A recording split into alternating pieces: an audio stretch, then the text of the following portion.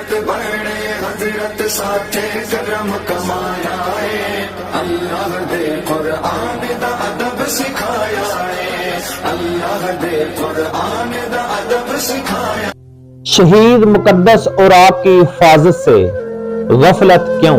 कुरान मजीद का एहतराम ना करने वाले यकीन करो कभी इज्जत व मंजिलत नहीं पा सकते। जो आप इश्तहारात पर अल्लाह और नबी सल्लल्लाहु अलैहि वसल्लम का नाम लिखवाते हैं, क्या ये बहुत जरूरी है? जिन अशिया पर जिक्र इलाही या मसनून दुआएं या मुकद्दस नाम हो, इन्हें क़ज़ाए हाजत के मकाम से अलहदा रखना चाहिए, क्योंकि इनकी तज़ीम व तक़द्दुस का यही तकाजा है। इसलिए जब भी वॉशरूम में जाएं तो इस चीज का खास ख्याल रखें। हजरत अनस रज़ी अल्लाह अन्हु अरशाद फरमाते हैं कि नबी करीम सल्लल्लाहु अलैहि वसल्लम जब भी बैतुल खला में दाखिल होते तो अपनी अंगूठी उतार दिया करते थे। ये रिवायत इब्ने हरीज की तदलीस की वजह से अगरचा ज़ईफ है, ताहम अदब एहतराम का तकाजा है कि ऐसी अशिया जिन पर अल्लाह का नाम लिखा हो बैतुल खला में ले जाना मुनासिब नहीं है। वाज़ेह रहे कि रसूल अल्लाह सल्लल्लाहु अलैहि वसल्लम की अंगूठी मुबारक पर मोहम्मद रसूल अल्लाह के अल्फाज कुनन थे। उन मोहतरम और मुकद्दस चीजों की बेहुरमती और तौहीन जिनका एहतराम दीन मुकद्दस इस्लाम में जरूरी है, शारे हदा के एहतराम को दिलों का तकवा करार दिया गया है। चनाचे अरशाद बारी ताला है कि जो शारे अल्लाह की तज़ीम करे तो ये दिलों की परहेजगारी है। एक और जगह अल्लाह तबारक व तआला ने अरशाद फरमाया, और जो कोई अल्लाह की हुर्मतों की ताज़ीम करे तो ये उसके रब के नजदीक उसके लिए बहुत बेहतर है। शारे खुदा की बेहुरमती से हमें मना किया गया है। शार कहते हैं खुदा की निशानी को। चनाचे एक और जगह अल्लाह तबारक व तआला ने अरशाद फरमाया कि ए ईमानदारों, खुदा की निशानियों की बेहुरमती हलाल ना समझो। कुरान मजीद का एहतराम करना मजहब की जरूरियात में से एक जरूरत है। रसूल अल्लाह सल्लल्लाहु अलैहि वसल्लम ने फरमाया कि मैं तुम में दो चीजें छोड़े जा रहा हूँ, एक कुरान, पहले नंबर पर कुरान, और दूसरा मेरी अहले बैत। नबी करीम सल्लल्लाहु अलैहि वसल्लम ने फरमाया, मैं वो पहला शख्स हूँ जो क़यामत के दिन अपने अल्लाह की बारगाह में हाजिर होगा। नबी करीम सल्लल्लाहु अलैहि वसल्लम ने फरमाया, तब मेरे साथ मेरी अहले बैत और कुरान होगा और फिर मेरी उम्मत को पेश किया जाएगा।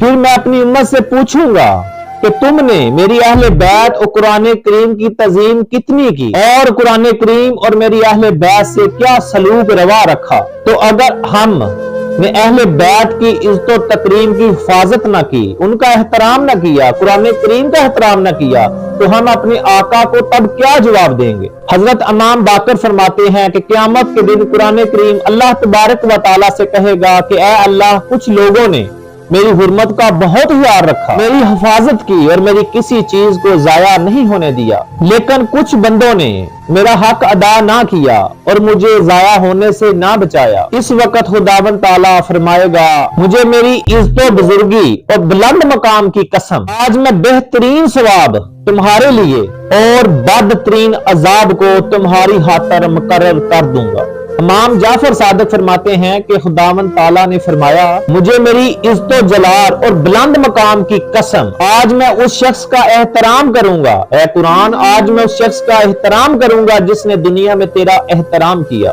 और बिलाशुबा उस शख्स को मैं जरूर जलील करूंगा जिसने दुनिया में तुझे जलील किया। अल्लाह तबारक व तआला के नजदीक तीन चीजें इतनी मोहतरम हैं कि उनके मुकाबले में कोई चीज इतनी काबिल एहतराम नहीं है। कुरान मजीद जो खुदा की हिकमत बालगा और उसका नूर है। दूसरा वो बैतुल्लाह जिसको लोगों के लिए किबला करार दिया गया। तीसरा तुम्हारे नबी सल्लल्लाहु अलैहि वसल्लम की इतरत यानी आले बैत। और कोशिश करें कि आज से इरादा बना लें कि कुरान करीम के मुकद्दस उरा की हम हिफाजत करेंगे। कुरान करीम को सिर्फ हम अलमारियों में सजाकर नहीं रखेंगे, बल्कि हम इसे अपने दिलों की जीनत बनाएंगे। हम इसकी तलावत का मामूल बनाएंगे, हम इसे पढ़ेंगे। यकीन करें, जिन कौमों ने भी कुरान करीम को समझा और जिन कौमों ने कुरान करीम पर अमल किया, आज देखें वो बुलंदियों पर हैं। ये जो एटम बम है, आपको पता है इसकी इजाद कैसे हुई?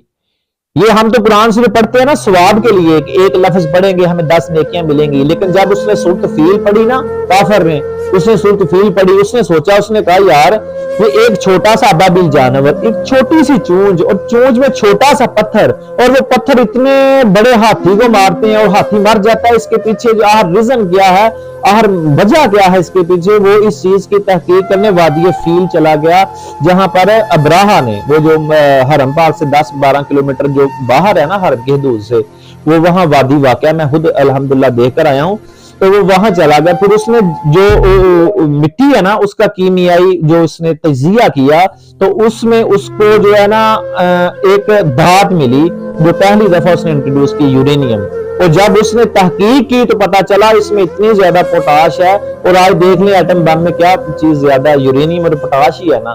تو قرآن کریم کو جس نے سمجھا اور جس نے اس پر عمل کیا، یقین کرے تو دنیا کی سپر پاور اللہ نے بنا دیا اس کو۔ قرآن کریم مقدس ایک اہم کتاب ہے اور ایک ایسا اللہ تبارک و تعالیٰ کا کلام اور انمول خزانہ ہے جس سے ہماری زندگیاں بھی بدل سکتی ہیں اور ہماری آخرت بھی سنور سکتی ہے۔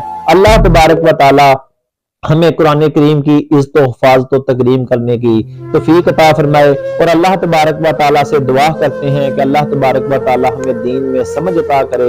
ہماری اگلی ویڈیو آنے تک اپنے دوستوں کا، اپنے پیاروں کا بہت خیال رکھیں۔ خدا نگہبان۔